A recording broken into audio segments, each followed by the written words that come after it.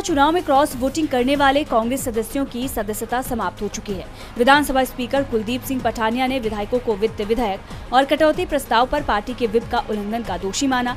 दरअसल कांग्रेस ने विधायकों को लेकर शिकायत की थी कि सभी विधायकों को वित्त विधेयक पास कराने के लिए सदन में मौजूद होने का व्हिप जारी किया गया था, लेकिन 6 विधायक इस दौरान सदन में नहीं आए। पठानिया ने कहा कि विधायकों की सदस्यता रद्द होने का राज्यसभा चुनाव में क्रॉस वोटिंग से कोई संबंध नहीं है। राज्यसभा चुनाव में व्हिप लागू नहीं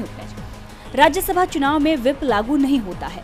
विधानसभा स्पीकर के फैसले के बाद अयोग्य करार दिए गए विधायक हाईकोर्ट पहुंच गए और उन्होंने विधानसभा स्पीकर के फैसले को चुनौती दी है। इन सब के बीच शिमला पहुंचे पर्यवेक्षक डी.के. शिवकुमार ने कहा कि राज्यसभा चुनाव में जो हुआ वो दुर्भाग्यपूर्ण था। हमने सभी विधायकों से बातचीत की है, हमारे सभी विधायक एकजुट हैं, सुक्खू ही सीएम रहेंगे। हाईकमान ने सुक्खू को चुना था।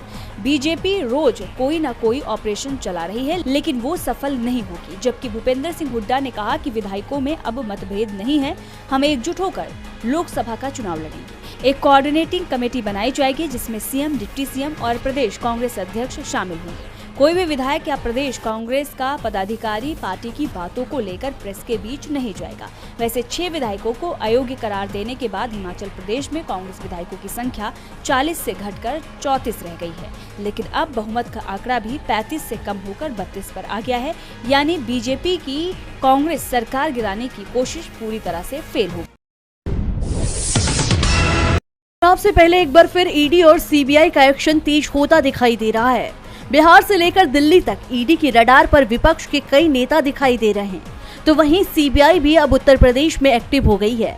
इसी कड़ी में सीबीआई ने 28 फरवरी को सपा प्रमुख अखिलेश यादव को 5 साल पुराने मामले में समन जारी कर पूछताछ के लिए बुलाया था, जिस पर अखिलेश यादव ने बीजेपी को घेर लिया है।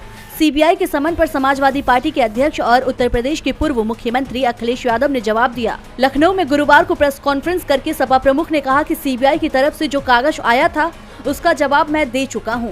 अखिलेश ने कहा कि इंडिया गठबंधन मजबूत हुआ है, इसलिए समन आया है। उन्होंने दिल्ली जाने में असमर्थता जताई। उन्होंने कहा कि बीजेपी के सबसे ज्यादा निशाने पर विपक्ष है।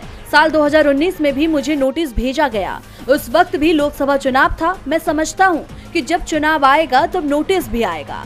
बीजेपी घबराई क्यों है? इन्होंने तो इंफ्रास्ट्रक्चर पर बहुत काम किया है।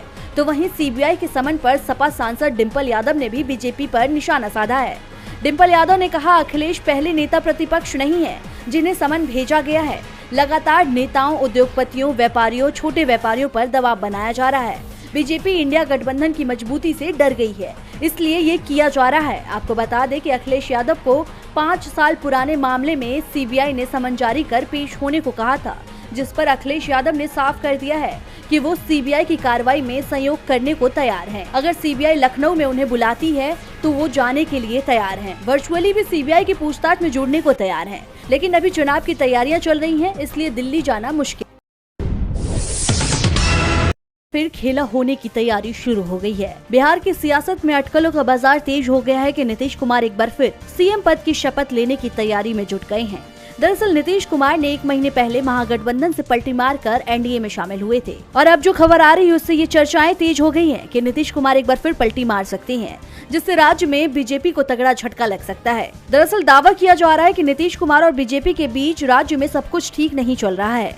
नीतीश कुमार ने एनडीए में शामिल होने से पहले बीजेपी के सामने कुछ शर्तें रखी थी, जिसे बीजेपी ने उस समय स्वीकार कर लिया था, लेकिन अब बीजेपी नीतीश कुमार की शर्तों को मानने से इनकार कर रही है। नीतीश कुमार बिहार विधानसभा भंग करने की बात कर रहे हैं, लेकिन बीजेपी नीतीश के इस प्रस्ताव से सहमत नहीं है और बीजेपी नीतीश कुमार के साथ खेल करने की कोशिश में है।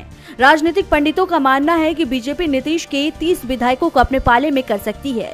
यानी तेजस्वी यादव ने जेडीयू समाप्त होने की जो भविष्यवाणी की थी वो जल्द ही सच होने वाली है। तो दूसरी तरफ सीट बंटवारे को लेकर भी पेच फंस गया है, जिससे ये माना जा रहा है कि नीतीश कुमार एक बार फिर पलटी मारने की तैयारी में हैं। वैसे तेजस्वी यादव ने भी नीतीश को अपने पाले में करने की कोशिश शुरू कर दी है।